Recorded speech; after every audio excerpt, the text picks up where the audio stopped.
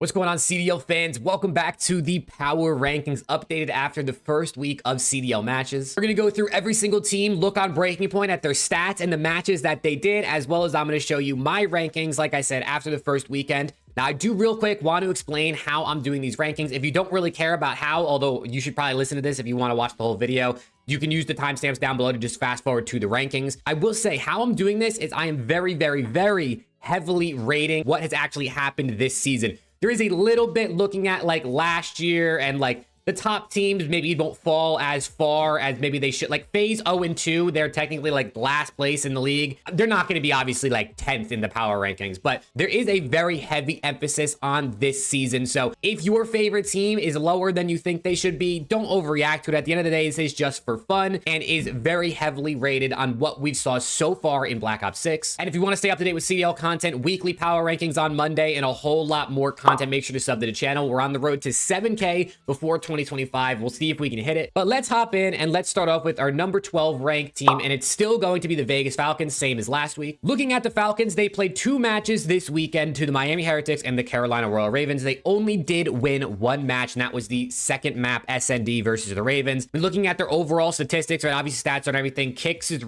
he's really shooting back. I mean, almost 95 Slayer rating, a 1.24 overall. The rest of his team, not really doing too great. Xnid and Roxas both have had some interesting moments and some big moments throughout the time, but to drop to the Heretics and the Ravens, I mean, I think it's probably expected from most people, right? There really isn't a whole lot to say from Falcons. I think they looked okay. They show some promise, but we're going to have them at 12. Now coming in at number 11, this team, obviously a very far fall. It is going to be Cloud9 New York, down 6 spots from the preseason rankings.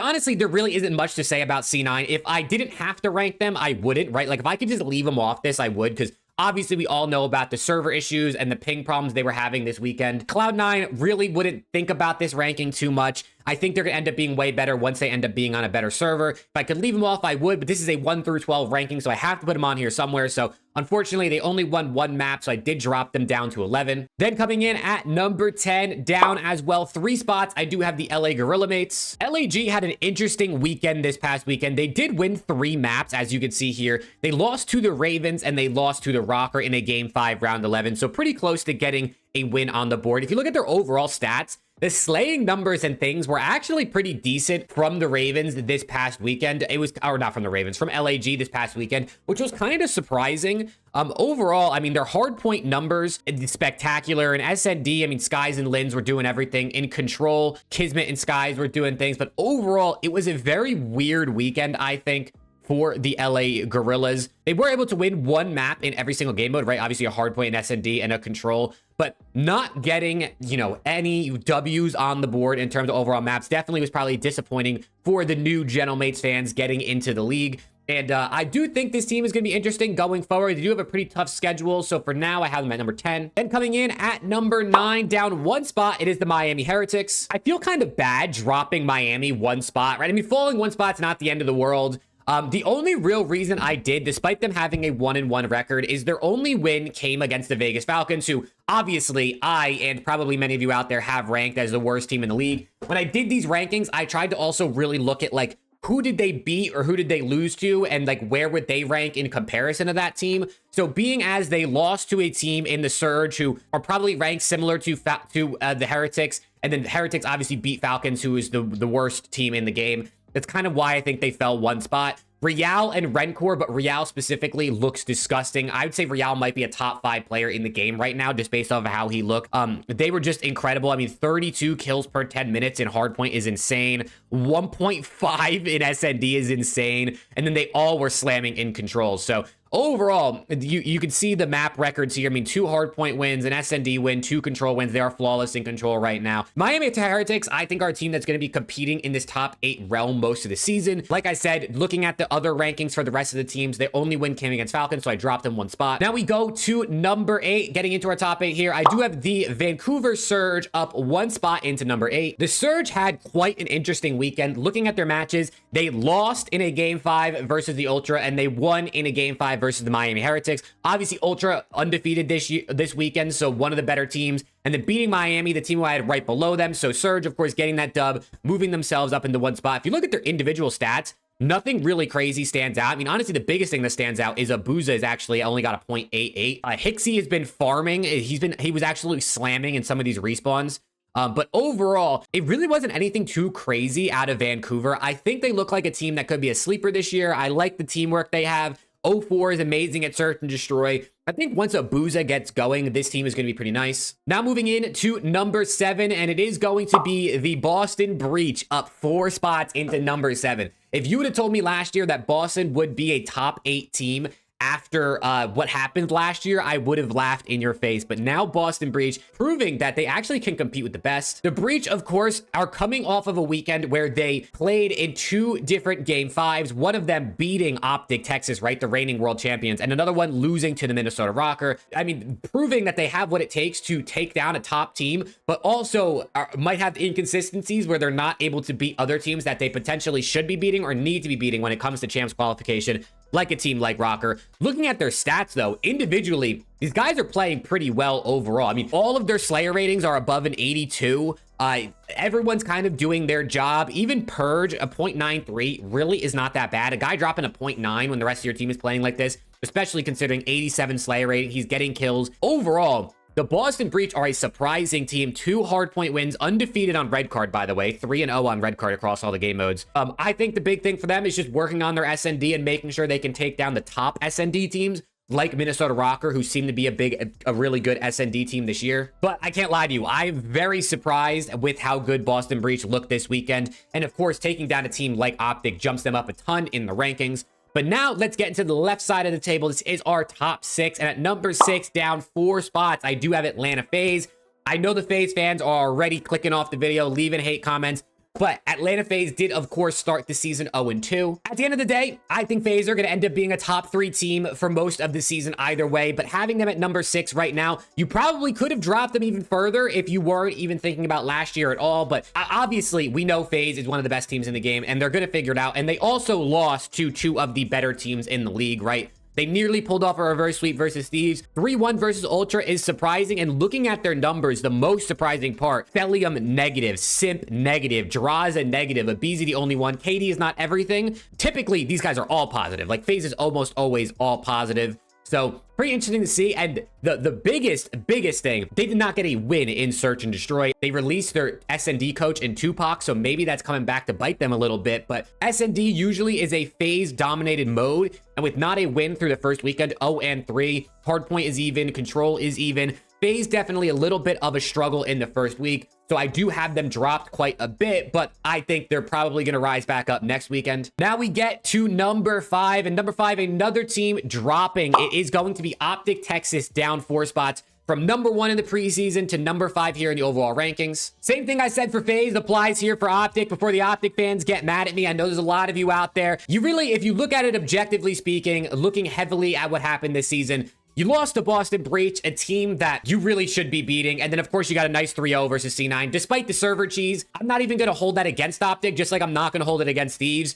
I'm not going to hold it against Cloud9 either, right? I think, like, it's a good win for OPTIC. It's a good win for Thieves. It doesn't really count for C9 just yet, although obviously I did have to drop them to 11 because I had to rank them somewhere. But in terms of OPTIC, man, same thing I said for FaZe applies. They're going to be great. They're going to be a top 3 team most of the season. I think they're going to rise back up next year. Shotzi is quite literally a god on the map right now. 108 Slayer rating, a 1.4. I mean, 1.5 in respawn right now in hardpoint. In control, a 1.3. Search and Destroy, again, is going to be their struggling point with Pred and Kenny. Not really, especially Kenny, kind of getting farmed so far. This team, I do think, is going to rise back up. Looking at their maps, 2-1 in hardpoint, 1-2, and then 2-0 flawless in control. Once they get this Search and Destroy sorted out, I think they're going to be great, right? Once Shotzi gets a little bit more help in the respawns, I think they're going to be really, really good. But I will say, either way, if you look at it objectively, losing to a team you should be like the Boston Breach in this instance is going to drop you. Now we get to number 3, bro, and I can't believe I'm saying this team is number 3. It is the Minnesota Rocker, up 6 spots. I believe this is the biggest jumpers, you know, tied for the biggest move with C9, who barely even count because of, I said, the server cheese. But Minnesota Rocker up 6 spots to number 4. Minnesota Rocker, I can't lie to you, looked like they had potentially the best teamwork or one of the best teamworks in the league so far this season. They beat Boston in a Game 5 Round 11, and they beat LAG in a Game 5 Round 11. You, of course, can make the argument like they were 2 rounds away from being 0-2, but at the end of the day, they got the job done. They iced up, and I have them up at number 4. Looking at their stats, every player negative, and they're still 2-0. This is what I mean by the teamwork. They're playing together, and they're playing fast, too. Looking at their engagements, I mean, almost 3 guys with 50+ engagements per 10 minutes in hardpoint. Then Ezreal, surprisingly, playing pretty slow. I mean, him being slower than the 2 ARs, significantly slower in HP, is interesting. In control, he is playing faster, though, than his ARs. He's actually playing the fastest in control. So that's really interesting. I actually just noticed this now. He's the fastest player on his team in control and the slowest player by a wide margin on his team in hardpoint, which is pretty interesting to see. But, you know, honestly, I can't even knock Rocker. They're even in hardpoint, good in SND, right? Showing that ice, and even in control. This is a team that I feel like probably will start to fall back a little bit, especially as they start to play some better teams. LAG, right, I obviously had rated low. Boston, I had rated middle of the pack, but with the ice and SND right now, you can't knock it after week 1. Coming into number 3, I do have the Carolina Royal Ravens up 3 spots. The Ravens are a team that were honestly pretty difficult to rate. And the reason I say Ravens are hard to rate is because they're 2-0. They had the best map count in the league, right? Only losing 2 maps. But the 2 teams they beat are the bottom 2 teams, or 2 of the bottom 3 teams in my power rankings at least. And just in overall standings, obviously beating LAG and Falcons. This Ravens team, to me, I'm still not 100% sold. If you look at the numbers, I mean, Slasher dropping a 1.2, 95 Slayer rating, I don't think is something he's going to keep up all year long. Gwyn, I mean, a 1.3 all year long would also be insane, but I still think he's going to be nasty most of the year. The Ravens are 4-0 in hardpoint, and then even across the other 2 modes. I don't see them keeping up this level of performance, although I do still think they're probably going to be sitting in that top 8, top 6 range a lot of the year. But like I said, it's kind of tough to rate them this high because of the people they beat. But like I said, for Rocker, I mean, they're 2-0. They're undefeated. They're playing really well, especially Slasher and Gwyn. So with that being said, bro, somehow, some way, the Ravens are number 3. And then getting into our top 2, at number 2, we do have the Toronto Ultra up 2 spots, breaking into the top 2, which might be a bit surprising. But if we look at their schedule, they, of course, beat Atlanta FaZe 3-1, too, which is super typical. I mean, Thieves beat FaZe, and it was a 3-2 nearly reverse sweep. So for Ultra to beat FaZe 3-1 is super, super typical. And then Seattle's, or sorry, I'm going to call them Seattle all the time. Vancouver Surge beating them 3-2. Another thing, just showing that they have what it takes to win. Looking at their stats, everyone's doing their job. I mean, Joe Deceive's the only one negative, but 85 Slayer rating. I mean, he's running around. He's playing fast, like Kleenex said. Kleenex has been him, bro. Kleenex has been him on the map. Beans is shooting back. Insight is doing his job, right? Overall, this team just looks quality.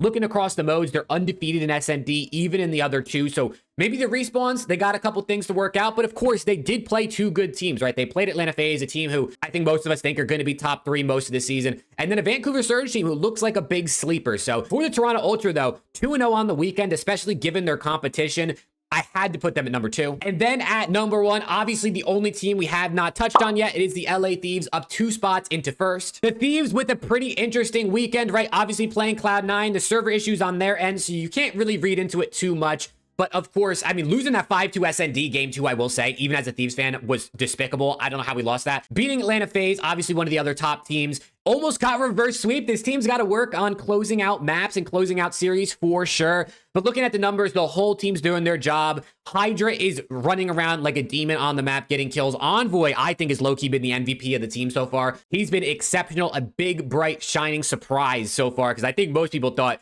he'd be the one going negative and kind of letting the rest of the guys slay out. But overall, the Thieves doing their thing. Probably the best hardpoint team in the game. They did lose that 1 game 4 to Atlanta FaZe. 2-1 in search and 1-1 in control. I mean, they were a top 3 team heading into the year. They obviously are undefeated going into this after the first weekend, so of course pushing them to number 1. But those are the power rankings after the major week 1 qualifiers. Next week on Monday, we will update these again post week 2. It's gonna be interesting to see how this changes. Optic and FaZe will probably jump up. We might see some teams fall. We might see some other teams jump. But let me know what you think about the rankings. What do you disagree with the most? Feel free to drop it down below. And like I said earlier, don't take it too seriously. At the end of the day, this is just my power rankings. Other people would have different rankings. You know, you don't have to take it to heart. It is all for fun at the end of the day. So I appreciate you guys tuning in. If you did enjoy, drop a like, sub to the channel for more CDL content, and hopefully I'll see you all in the next one.